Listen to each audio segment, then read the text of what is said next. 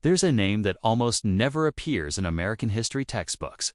No Hollywood movie, no major memorial, no famous biography sitting on a Barnes & Noble shelf. And yet, in 1944, this man climbed into a P-47 Thunderbolt over the skies of Nazi-occupied Europe and did something that military commanders described as almost impossible. He didn't just survive dogfights, he dominated them. Mission after mission, German pilots who encountered him either fled or didn't come back. By the time the war ended, Francis Gabby Gabreski had become the highest-scoring American ace in the entire European theater. 40 aerial victories. 40.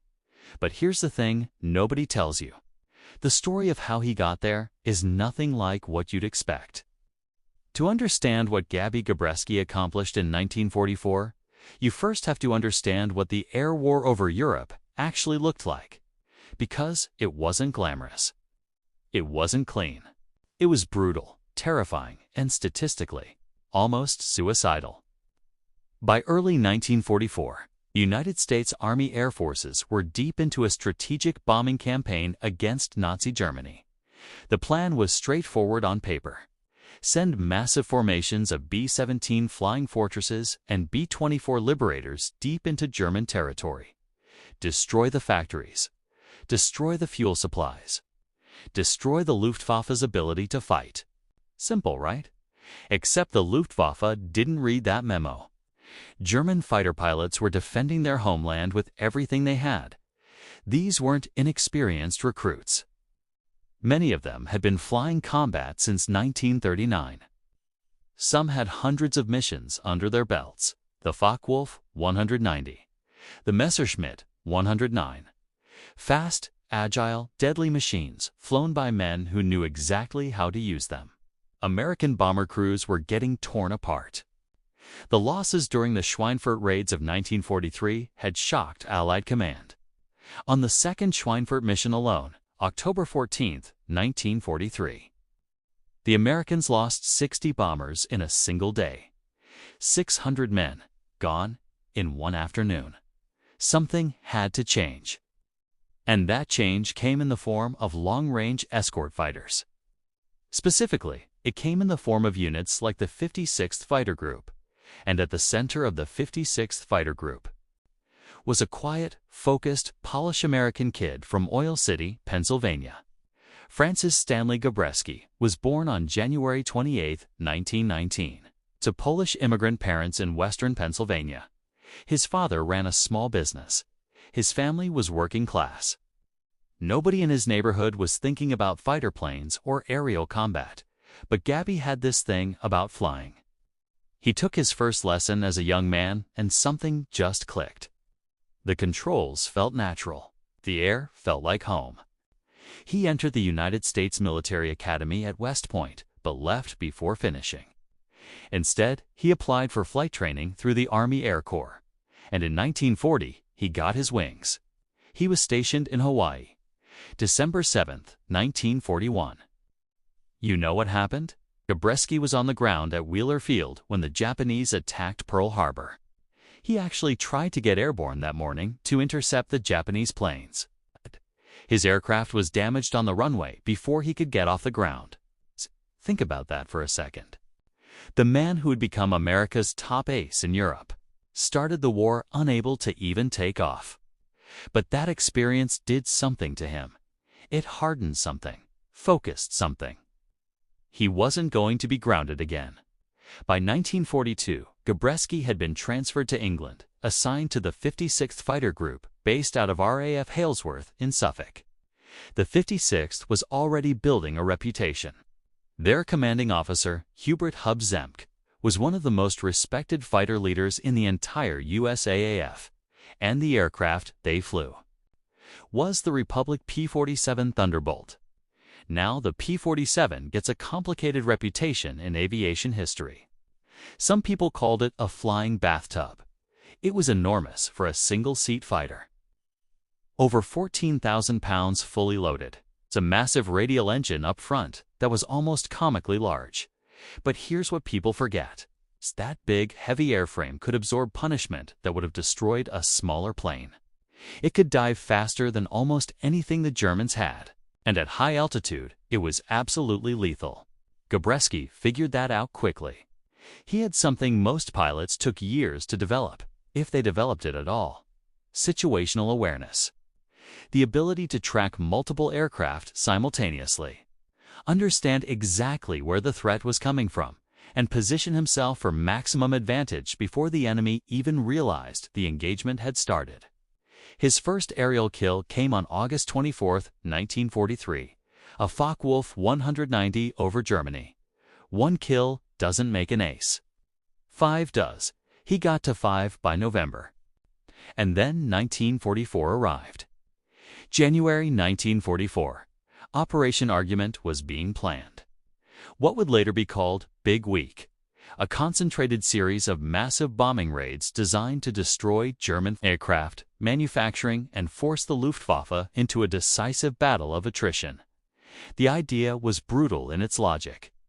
Force the Germans to fight. And when they fight, our escort fighters will destroy their pilots faster than they can train new ones. It worked, but the cost was staggering on both sides. Gabreski was in the middle of every major engagement. February 1944. Big Week launches. American bombers hit targets across Germany in a 6-day campaign involving thousands of aircraft. The 56 Fighter Group flies escort mission after escort mission. The sky over Germany is full of contrails, burning aircraft, parachutes, and chaos.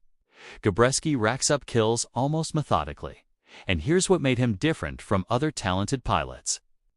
Most aces accumulated kills through talent and aggression. Attack, attack, attack. Attack, attack. Attack, Lie Seun. Only Ruby Kiss. Only Ruby Kiss has the luxurious texture that lies on. Lies, lied, lies. Lies, sig. EQ, lie. Lies of Seld. Lie, wide slad. Quaid, Michaela. My probet. My secade. By say clet. By delight it's ibri preda died. It's at a cred. We can all bleak guy I Kaylee said it's a secret it's I queuse leak can pat the gladest Kobe says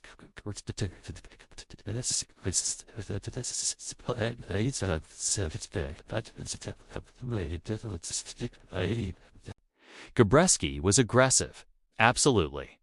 But he was also calculated in a way that was almost eerie. He would stalk a target, wait for the perfect moment, close to devastating range before firing. He wasn't spraying bullets from 400 yards out, hoping something hit. He was getting close. Sometimes terrifyingly close. 200 yards, 150. And then one burst. Clean, done.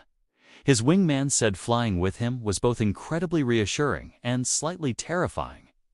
Reassuring because if a German came for you, Gabreski would handle it. Terrifying because following him into some of the situations he chose to put himself in required a certain willingness to potentially die. By the spring of 1944, he had 20 kills.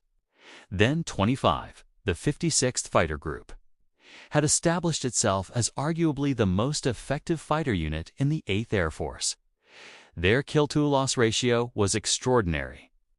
And within the group, Gabreski was the standard everyone else measured themselves against. D-Day, June 6, 1944.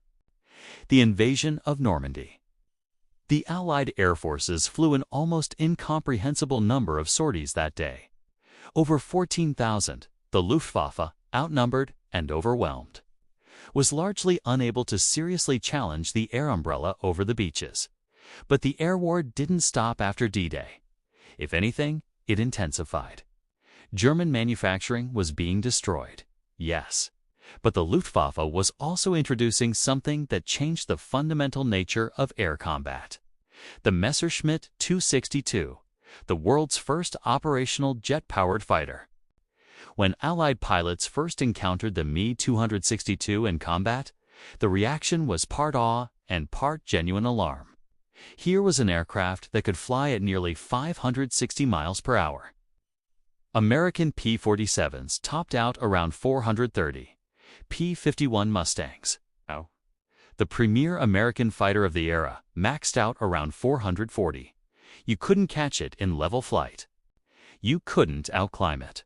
Traditional fighter tactics simply did not apply.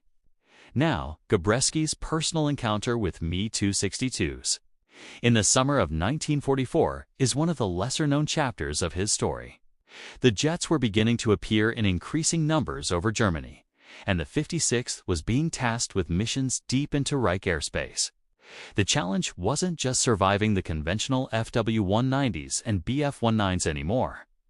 It was adapting to a new kind of threat in real time, mid-war, with no manual and no precedent. By July 1944, Gabreski had 28 aerial kills. He needed only 2 more to surpass Eddie Rickenbacker's record of 26 from World War I. A record that had stood for over 2 decades and carried enormous symbolic weight in American military culture.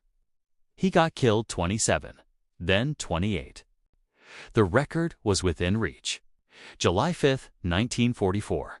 Gabreski takes off on what seems like a standard ground strafing mission against German airfields. Strafing was extraordinarily dangerous work. You're flying low and fast over heavily defended positions. The ground fire is intense. There's no altitude to give you recovery time if something goes wrong. He makes his attack runs on a German airfield, and then something happens. On one of his low passes, his propeller strikes the ground. Not enemy fire. Not a mechanical failure. The ground. He was flying that low. The aircraft is immediately compromised. Engine vibration becomes violent. He can't maintain altitude properly. He's deep in German-occupied territory. He tries to make it to Switzerland, which is neutral. He doesn't make it. He crash lands in a field in Germany and is captured by German forces within minutes. Just like that, America's top ace in Europe, 28 kills. A record that had made him legendary across the entire 8th Air Force. A prisoner of war. And what happened inside the German camps? What Gabreski experienced and witnessed during those final brutal months of the war, before liberation came in April 1945. That's a story that deserves its own telling entirely. Because the man who survived all of that, who came home after the war, was given a ticker-tape parade and every honor the United States could offer him. He wasn't done flying, not even close. The story of Gabby Gabreski doesn't end in a German prison camp. What he did next is the part that makes military historians stop and shake their heads in quiet disbelief. If you enjoy real, untold war stories like this, make sure you're subscribed.